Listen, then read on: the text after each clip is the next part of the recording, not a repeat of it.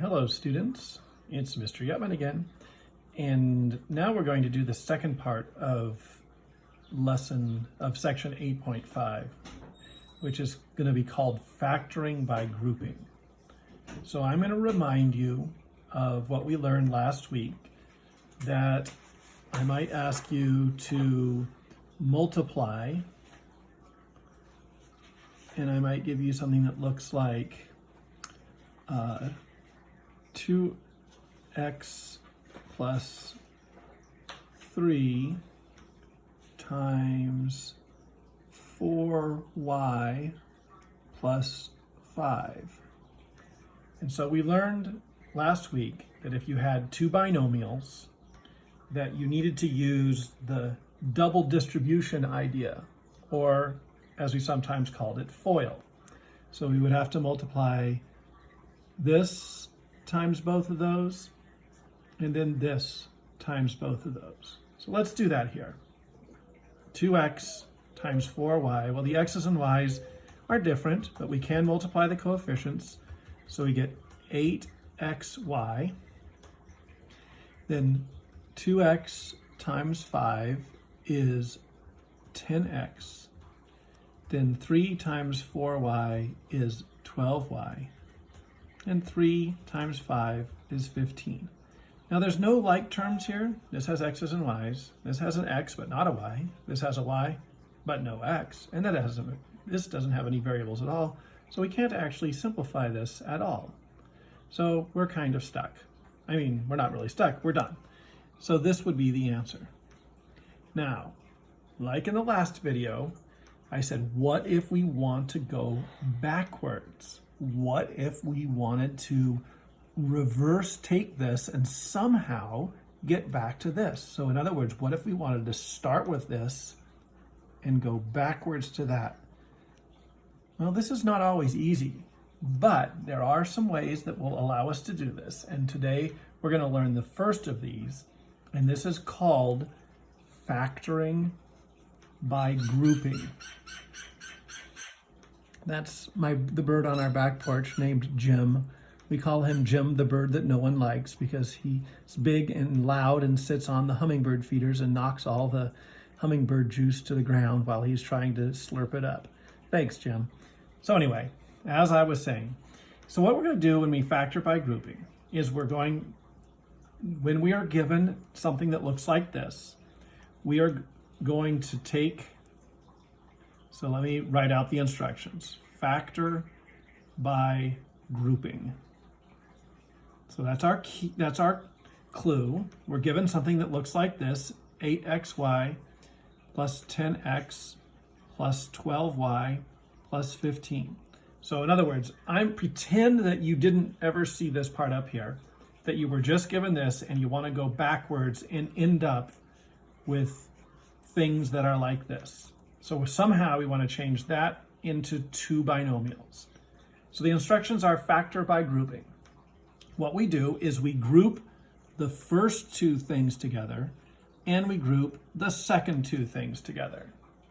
So that's where the grouping comes in. We're going to treat this as a little group and we're going to treat this as a little group. So I look at this first one and I say, what can I factor out of it? Thinking back to what we just learned in the previous video, what do these have in common? Well, I look at the 8 and the 10, and I think, what's the greatest common factor of 8 and 10? Well, the GCF of 8 and 10 must be 2. So I'm going to bring a 2 out to the front, and when I do that, 8 divided by 2 is 4, 10 divided by 2 is 5. Then I look to see, are there any variables that can come out? This has an x and a y. This just has an x. They both have an x in them. So I'm going to take that x out to the front. Now in this one, that x has come out, and so it just leaves a y behind.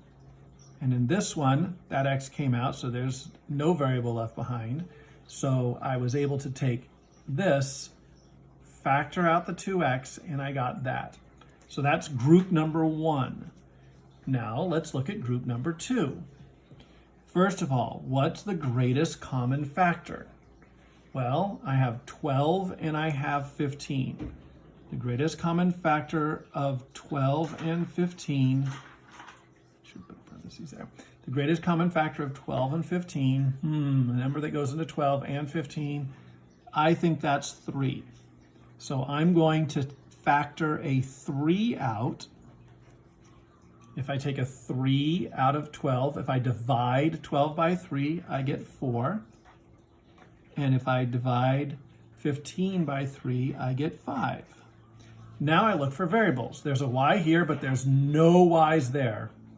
Since I don't have any y's here, I can't take any y's out of this at all, because this has 1 and that has 0, and so the smallest number of y's is 0. So no y's at all can come out of that. So this y stays there, which I already wrote, and all I was able to factor out is a 3.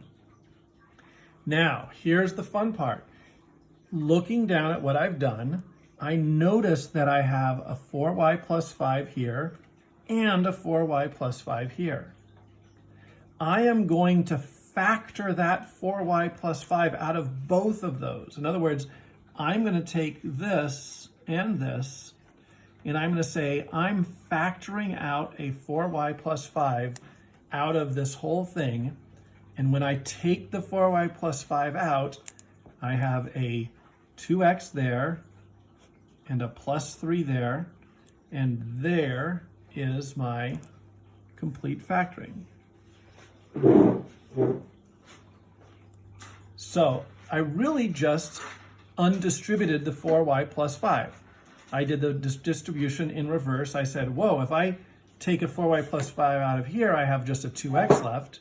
And if I take a 4y plus 5 out of here, I just have a plus 3 left. And so here's what I had. Remember, that's what we started with. If I FOILed that out, I would get that.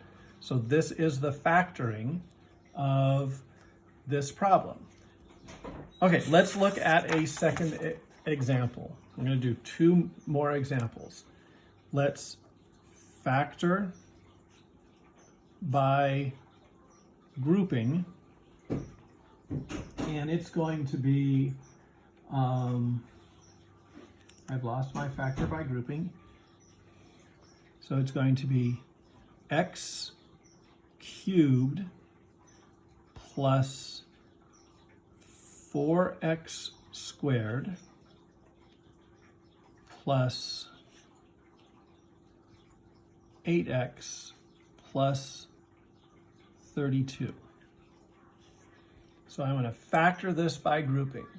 So the first thing I do is I group it. I put those two together and I put those two together. And in my first grouping, I'm like, okay, the coefficients are 1 and 4. The greatest common factor of 1 and 4 is just 1, so I can't really take any numbers out. How about variables? I have an x cubed and an x squared. The lowest number of x's that I can take out is x squared. And when I do that, if I take 2 of those out, I just have x to the first left. And if I take those 2 x's out, all I have left is a 4. Again, if you're not sure, you can double check by multiplying, by distributing that x squared back through, and that does in fact work. So there is my factoring of the first group. I was able to take an x squared out of both of those. Now for my second group, there's a plus sign, so I had a plus there. I look at 8x and I look at 32. Well, I see that 8 and 32 do both have a common factor. 2 goes into both of them, so does 4. In fact, 8 goes into both of them. So I am going to take out an 8. And when I do that, I just have a 1. And if I divide that by 8, I have a 4. Now I look for variables. There's an x there, but no x's there. The lowest power of x's is no x's. So I can't take any x's out. That x stays right there. And so here is my factoring by grouping so far. And once again, notice what's happened. I have an x plus 4 in both terms. So now I'm going to undistribute. I'm going to factor out the x plus 4 out of both of these. So I'm going to write an x plus 4 in the front. If I take an x plus 4 out of this part, all I have left is an x squared. If I take an x plus 4 out of this part, all I have left is a plus 8. And so there is my complete factoring. I've gone from having a polynomial into having a binomial times a binomial. So that's, once again, I factored it from being a polynomial into two binomials multiplied by grouping. So here's our last one. So I'm going to ask once again for you to factor by grouping, and I'm going to have 2x cubed minus 10x squared minus 3x plus 15. So there's my problem that I need to factor by grouping. Now this one's got a little bit tricky part to it, so we're going to have to be very, very careful. But we're going to start by grouping, just like that. Looking at the first group, I have a 2 and a 10. The greatest common factor of 2 and 10 must be 2. I can also take out an x squared, that's the lowest number, so I can take out an x squared. And when I do that, if I take a 2 out and an x squared out, all I have left is x there. And if I take a 2 out of there and an x squared, remember I'm dividing by 2, all I have left is a minus 5. Okay, there's my first grouping. Excuse me. Now, my second grouping, this one's going to be a little bit tricky. I'm really going, when I have a minus here, I'm really going to factor out, I'm going to take out a negative 3. I'm sorry. I look here, 3 and 15. 3 and 15, the greatest common factor is 3. But I'm not just going to take a 3 out, I'm going to take a negative 3. I also look for variables. I have an x to the first and no x's, so I can't take any x's out because that one doesn't have any x's to give. So I can't undistribute any x's. So when I take a negative 3 out of negative 3x, I just have a positive x left because that negative 3 is now right there. And when I take a negative 3 out of this, I'm dividing by negative 3. 15 divided by negative 3 is negative 5. So that's going to be a minus 5 right there. And if you multiply that back through, you'll get negative 3x plus 15 like we had there. So it does work. You just have to be super careful with this. Now, once again, I see I have an x minus 5 and an x minus 5. So in this term, I'm going to pull out an x minus 5, which leaves a 2x squared behind. And in this term, I'm going to pull out the x minus 5 is right there. And when I did there, all I had left was minus 3.